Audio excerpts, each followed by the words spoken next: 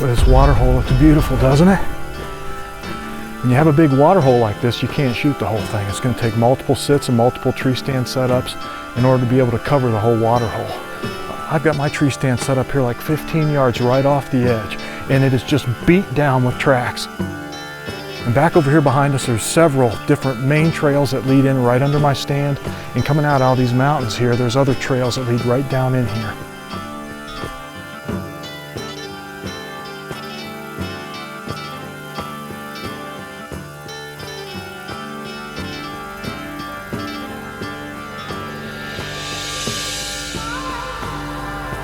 The Afrikaans name for impala is rooibok, which means red buck, just because of the color of him.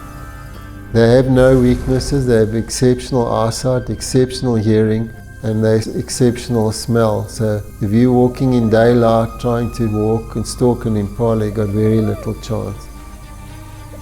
Impala are known as the Zambezi goats, probably the most successful species, one of the most common species in southern Africa. Very common to use them for leopard bait, very good eating, so they're an important part of every safari camp.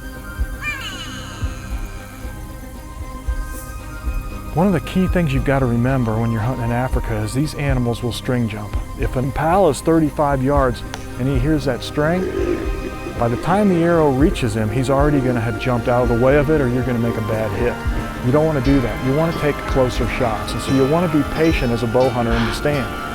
If I've got an animal watering out here and he's out of that range, I want to wait and see if he'll walk by my stand. If he doesn't, well, there's always tomorrow, there's always another animal or another herd to come in. Yeah, impala is a string jumper, just like the warthog and the springbok. It makes it a little more difficult to hunt. I would say if you shoot from a blind, you've got to shoot it over a distance of less than 20 yards or 22 yards at least, you know. Otherwise, the moment they hear the bow sound, they tend to jump the moment you shoot, and you often shoot a little too high or you shoot it through the scapula.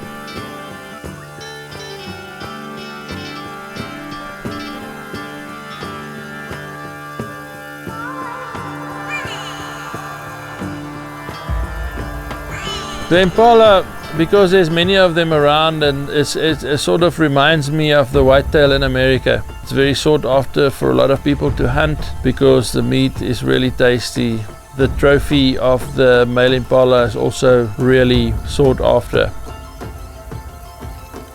End of April, the impala rut has started, and that means that the impala rams are not thinking with their proper brains, and so they tend to be less cautious and sort of their minds are on other things, and they are probably easier to approach at this sort of time.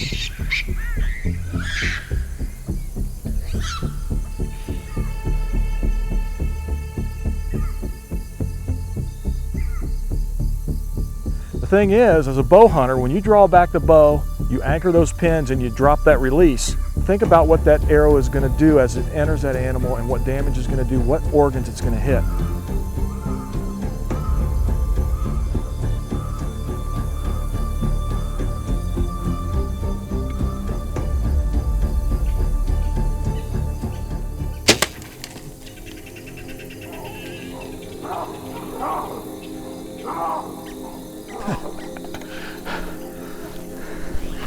That was a nice impala. We have seen a lot of big impalas at this water hole. I heard the impala go down. He's not 80 yards down there. That rage did a number on him. Here's where he was, and here's my arrow. Perfect pass through. Blood right there, all over that stick. Just soaked it. There he is, right here. Look at this. Beautiful impala.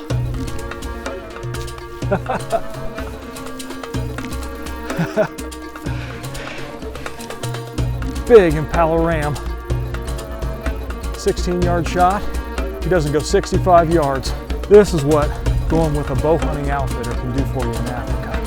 When you can spend a day in a tree stand in Africa and have animals of this quality come around in bow range, unafraid, you know you're set up right, you know the wind's right, and when you can make a good shot on them and have the end of a beautiful African sunset like this, it just doesn't get any better.